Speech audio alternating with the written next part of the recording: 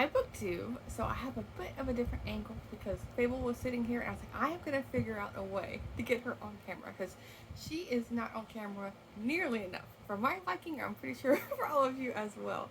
She's a big dog, so she's not exactly a lap dog. She's 85 pounds.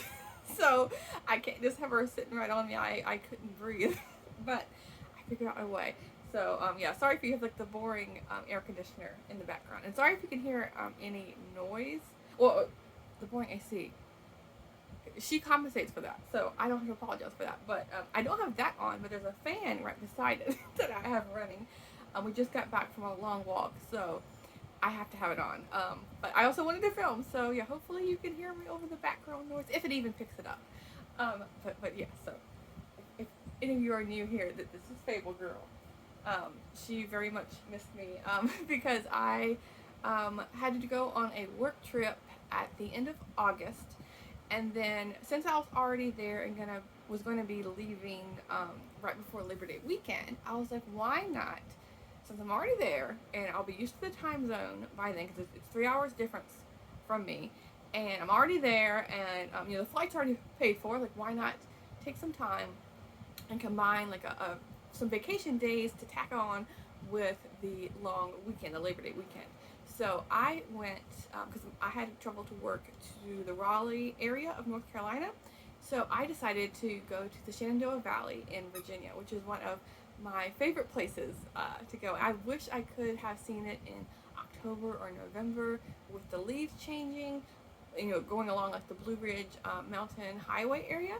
But I was very thankful, to see it, when I did, because I spent 5 days in like the valley area with like there's the Blue Ridge and the Appalachian Mountains on either side of you, and it was just absolutely gorgeous. I didn't get a ton of pictures, like a handful, but I did get some books, and I will look through my pictures to see if I can add anything at the end of this video of some sightseeing things for my trip, because I stayed in like the bottom area of the valley, like Lexington, Stanton area, and then I went out and about to Charlottesville, which is like right outside of the valley, and then I went all the way up to the tippy top in Winchester, Virginia, and I met up with a friend who was willing to drive an hour plus south to have lunch, and so that was very nice. So yeah, I explored I even explored the little tiny valley that went from like the main valley. There's a little itty bitty like tunnel kind of weaving through, going through Luray and Front Royal. So I explored everything, and I had a fantastic time. I haven't been back to that area in well over 10 years, and so being over here in Portland on the West Coast, there isn't as much history. I mean, there is history, but not like the historical buildings as such that you have there. With there's so many colonial like style houses, like with the pillars, and so I, funny enough, got to stay at a hotel where I think I got a picture of that maybe, but I knew previously it was a hospital, but it was also a prison. This hotel or hospital was built, I think, in the 1830s. So it does not look like your typical hospital or, needless to say, prison either. They're roomy. They're good sized rooms, and what's she chewing on? Oh, she's got her Santa Claus, which was her favorite gift from last Christmas. It doesn't leave her sight, so now she's just chewing on the beard of it. Also making sure she wasn't chewing on anything she wasn't supposed to. She's a very good dog with that. Anyway, so that was very interesting. But yeah, I hope to go back, sooner rather than later. Less than 10 years from now, because it's one of my favorite spots. It's just absolutely beautiful, and it really mimics the Shenandoah Valley there. Really mimics the Willamette Valley here, where I'm at actually, because here I'm in between the Cascade Mountains on the depending on which way you're going, but yeah, on the east side, and then on the west you have what are these mountains called? I always think of them as like the ocean mountains, because you have to go over them to go to the beach. Yeah, I think actual term for them. Anyway, but you are surrounded by two mountain ranges on both sides, and yeah, it's very similar, I feel like. And also, when I was there, it was like the fall weather was setting in, and so the humidity. Like the first week I was there in North Carolina, it was very humid and muggy and raining off and on. But then I was like, oh no, I hope that it doesn't completely ruin my trip into Virginia. But it didn't. The weather complete. It was like this beautiful weather. Anyway, so I got a shirt from it's called Green Valley. What is it? Green Valley Book Fair. It's not a book fair per se. It's a bookstore, but it's a converted barn. So this is I can't read it upside down. I read past my bedtime, so I have another one that says Got Books, and I couldn't pass them. They were like $3 each, and so I was like, yes, I should have got one in every color because I don't have any bookish T-shirts. I don't think. No, I have a sweatshirt, but yeah. So like, I need some of these book shirts in my life. But yeah, so you'll see the other one, I'm sure, in a different video. But that was I can't remember all the bookstores I went to because I went to probably 20. Like I went on the drive from Raleigh up, and then I went through Richmond on the way back down, and so I went to many bookstores. I didn't always get a book or a bookmark, so I can't necessarily say where I got these books, but I knew I got the shirt from the Green Valley Book Fair. But yeah, it's like a warehouse for what do they call it? Like remainder copies. And so funny enough with that, those books are published between like I would say like 2020 and current day. So all of those books I can get on ebook. So I didn't get anything bookish there, unless it was like I was looking for maybe like a special like pretty like edition of like a classic or something like that where you would want to keep the actual copy, and as like a memento. And you know what I mean, like it's a special thing. Not just like a written text, but I couldn't find anything. So I got the 2 T-shirts. What else did I think my boyfriend got some things. He got some comic books, and he also got some T-shirts as well. But yeah, I just got the T-shirts, funny enough. But I had a great time perusing it, and it was like so funny because you might can hear an accent from me. I'm not sure. My accent has pretty much died away at this point, but or at least to my ears it has. But I grew up in like a small town in Virginia, and so like being in that area, in these little small towns in particular, hearing like the way they phrase their words and how they talk, I was like, oh, it was bringing me back. I was like, I know this, that kind of thing, and like, cause I don't hear that here in Portland or before in California and things like that. So that was lots of fun to hear. I was just enjoying my time, like people watching, I guess.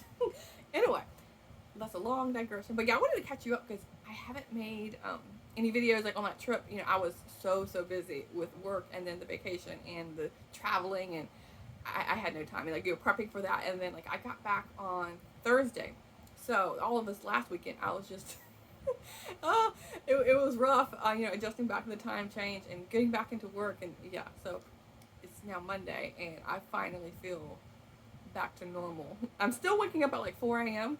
ready to get up, even though I'm pushing myself to go to bed around like 10 o'clock at night. So like 10 to 4 is not the best when you need to work. So anyway, yeah, I just wanted to catch you up on all the things. But I had a nice friend fly up to babysit for Fable, and so she she had a time with her pal here. Like I like that she could stay here, whereas her normal routes and her normal home. I think that kind of helped with me being gone for so long.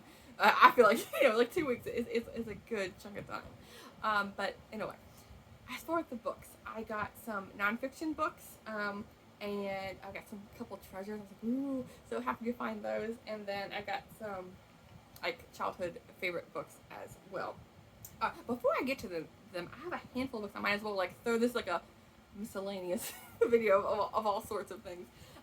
But last month, in August, I participated in the Deck of TBR-a-thon, where you were pulling cards, and that was like letting you pick a book, off your shelf or ebook or whatever.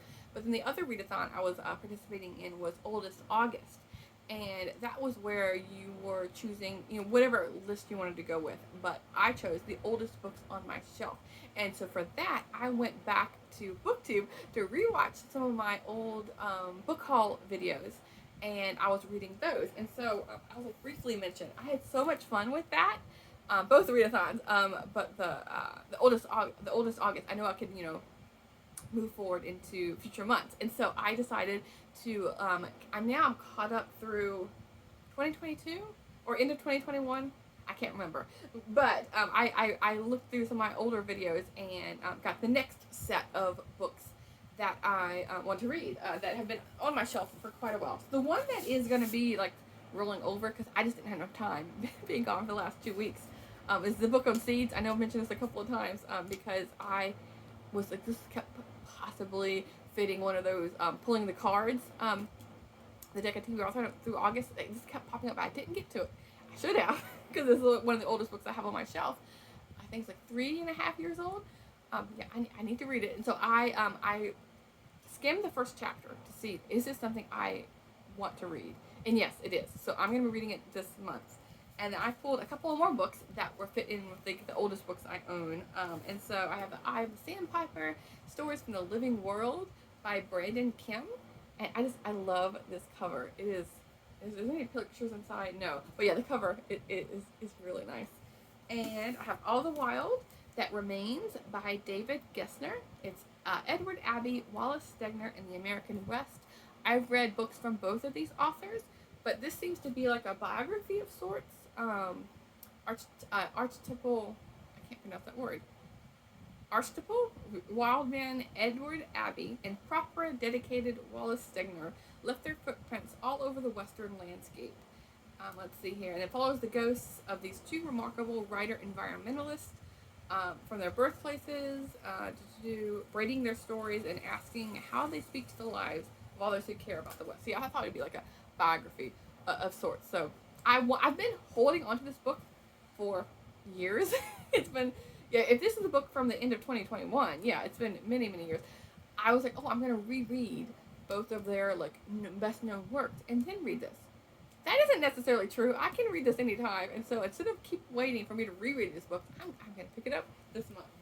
And then the last one, I was shocked that this had been on my shelves for so long. This is The World of Laura Ingalls Wilder, The Frontier Landscapes That Inspire the Little House Books by Martha McDowell. Martha McDowell has written several books like this on different authors. I know there's one on Beatrix Potter, I want to say, and a few other authors. I want to read them all, but this one, I own this one. This is like the forefront. The thing with this is, there's a Little House on the Prairie readathon that happens every February to celebrate all things Laura Ingalls Wilder. And so I bought this book back in 2021 or 2022, and I really should have remembered that because I looked these books up yesterday. I think it was end of 2021.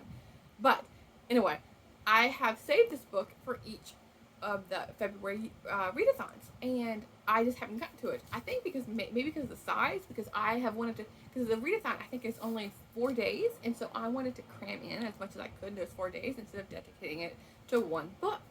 But there's nothing that says that I couldn't read anything Laura Ingalls Wilder outside of those couple of days in February. And I have. Like last month, I read 2 of the generational saga books about Laura Ingalls Wilder's great grandmother. So I am reading things out of that February time frame. So yeah, this I'm gonna get to this month as well. So this is my TBR for the month of September. I'm gonna be reading other things, but these are the ones I want to focus on. In particular, before I go on yet another vacation, or I'm still gonna be working.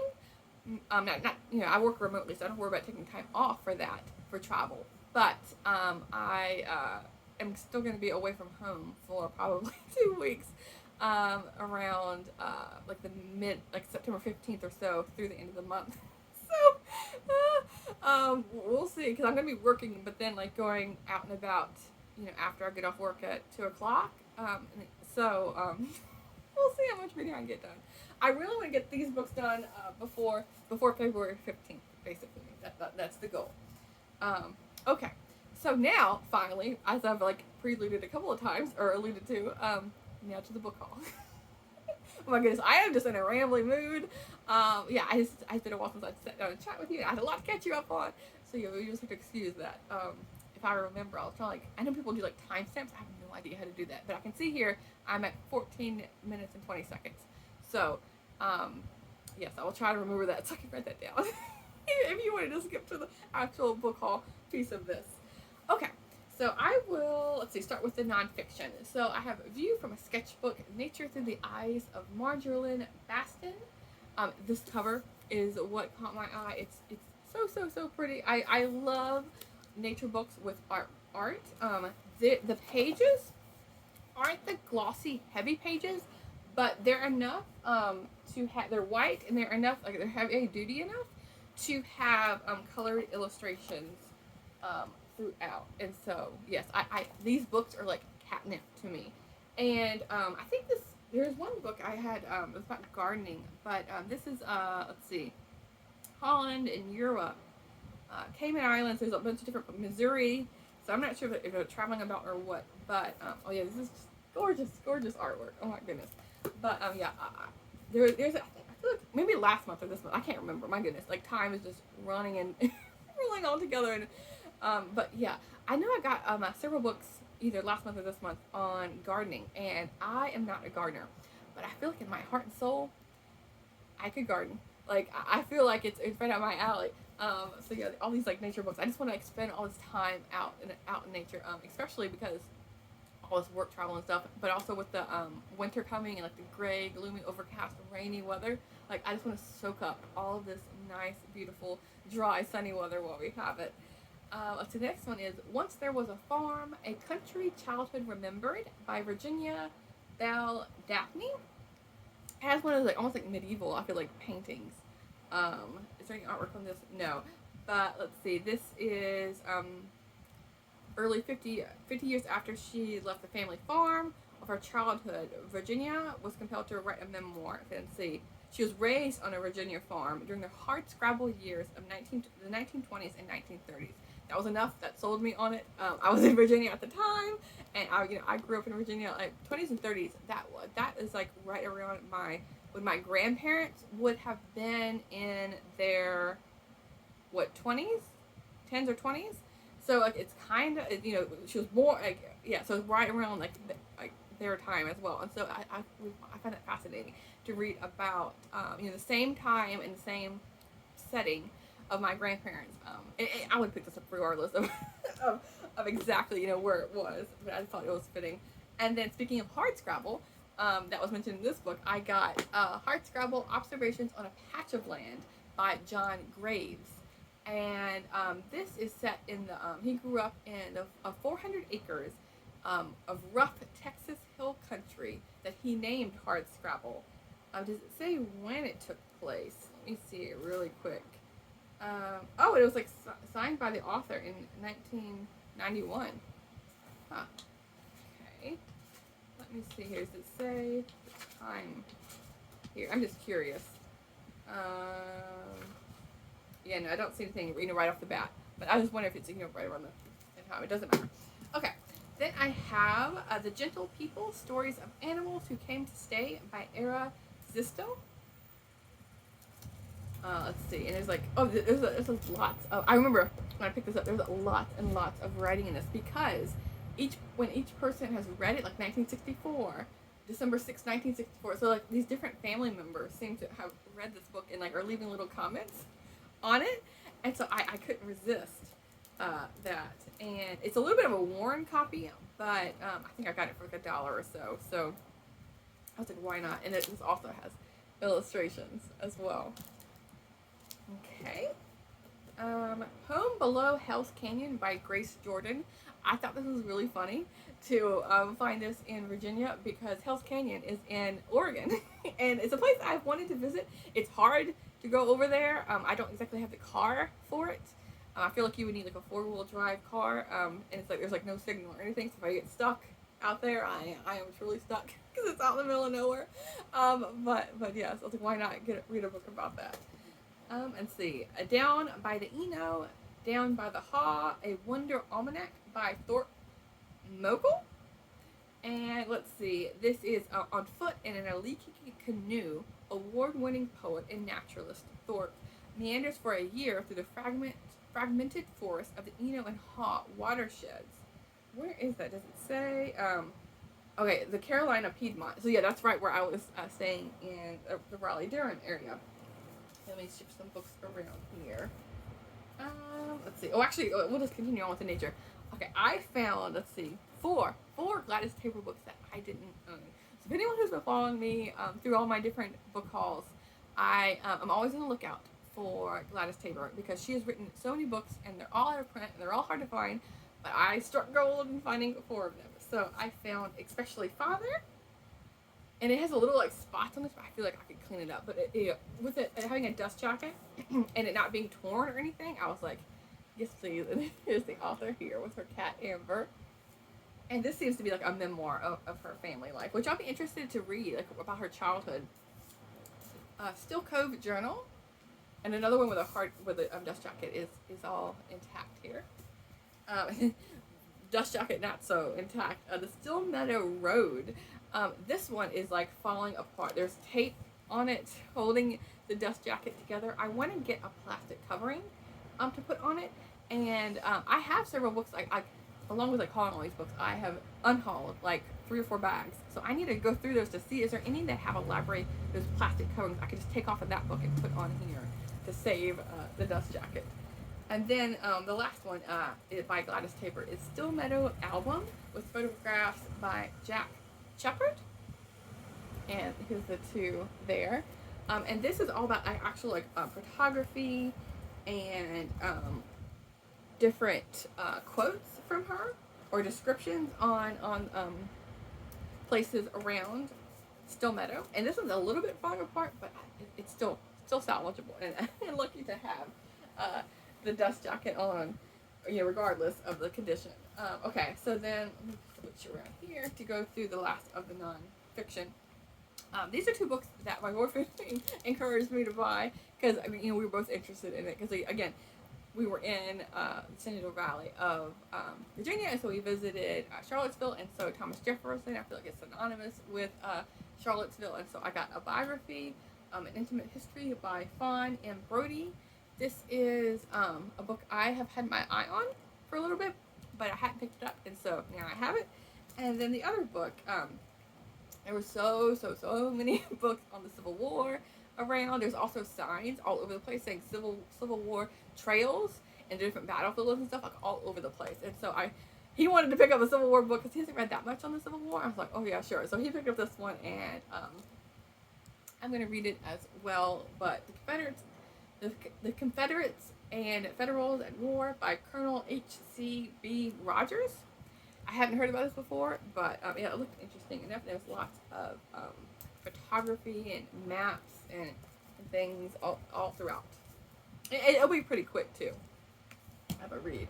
Okay, now switching over to fiction to wrap up the book haul. I found one of these British Library crime classics, The Santa Claus Murder by Mavis Durrell Hay. These just came on my radar a couple of months ago. Like a month ago, and because I had never heard about them before, and then I was like, "Oh, happy to have found one of them out in the wild," because I noticed my library had several ebooks of this, and so I am for sure going to be reading this at Christmas. And look, there's the Santa Claus and a Christmas tree, and it's a British murder mystery. Like, sign me up. Okay, and then I found several like childhood Sweet Valley books. Funny enough, also along these other readathons I was talking about. I was also in August participating in Garb August, and for that I was reading some of the Sweet Valley books, and so I found a couple here. So I have a super thriller, Double Jeopardy. This is all like part of a series, and I actually read one of these. I think like the 4th book in this series for August, and then I found one of these Superstar, like these like kind of like memoirs of or like mini biographies of some of the main characters, and so this is Bruce's story. I never owned any of these or read them as a kid. And yeah, there's like lots of different characters. But yeah, anyway, what does this say? Because I think there was like 4 or 5 different. This one is listening to Lila and Bruce, which are the 2 like rich girls of the area, rich people of the area. And then I have 2 of the SVU books. So this is book number 37 and 38. And these are pretty worn, but I think I got them for like 50 cents. So I was happy to get this. And so it's Breaking Away and Goodbye Elizabeth. And then the last book, I was like, oh, so happy to find. I found this for $3 or $4. This, I had mentioned like the Generational Saga books for Laura Ingalls Wilder. And this is book number 6, I want to say, 6 or 7. And the Caroline Years, Little City by the Lake by Celia Wilkins. And this will have completed my Caroline Years collection. And this book is like, I looked it up after the fact. I was like, I'm pretty sure this book is one of the more expensive ones. And yeah, it's like $80 to $120. And so I do not want to pay that price online. So I'm like, I'm gonna keep scouring the bookstores when I go to them. I always look for, Gladys Tabor, and I always look for the generational books to see if I can find any, and I did. So yay for that. So now I think with these books, I'm only missing one or two. I think. So yeah, I'm that much closer to owning all of them. But anyway, that is all for this video. Yeah, let me know. Yeah, any comments, feedback, thoughts. I don't know where I'm at this point. But yes, I will talk to you soon. Thanks, BookTube.